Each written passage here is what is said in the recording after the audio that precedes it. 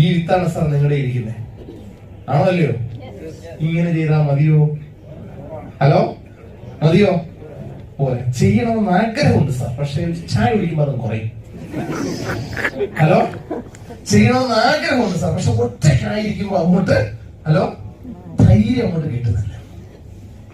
അപ്പൊ എന്താണ് ഇതിനുള്ള വ്യത്യാസം? വളരെ സിമ്പിളാണ്. ഈ ബിസിനസ് ഇതിനേക്കാൾ എളുപ്പത്തിൽ വിജയിക്കാൻ പറ്റുന്ന ഒരു പരിപാടി എനിക്കറിയത്തില്ല. ഞാൻ നെഞ്ചി കഴിച്ചു പറയാം.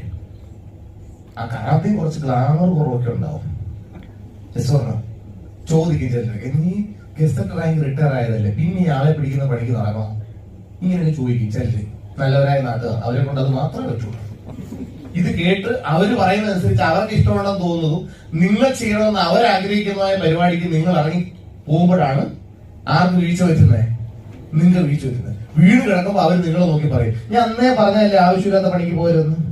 ഏതാ ആവശ്യമില്ലാത്ത പണി? അവർ നല്ലതാന്ന് പറഞ്ഞ ഏതോ ട്രഡീഷണൽ ബിസിനസ് ചെയ്യാൻ പോയിട്ട് വീട് നടക്കുക. ഇതേ നോക്കൊണ്ട് പറയും. ഞാനൊക്കെ ഇങ്ങനെ അത്ഭുതത്തോടാണ് ഇത് കേട്ടത്. പിന്നീട് എനിക്ക് മനസ്സിലായി, പബ്ലിക് എന്ന് പറയുന്നത് ബഹുജനം പലവിധമാണ്.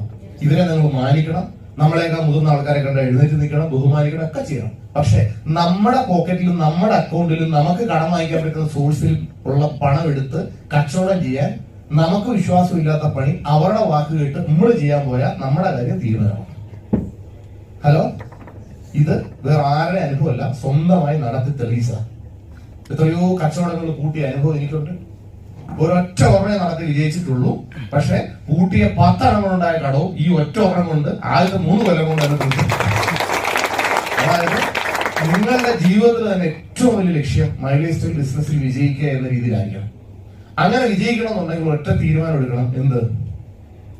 കല്യാണം കഴിക്കുന്നതിന് എത്ര പ്രാവശ്യം ആലോചിക്കും?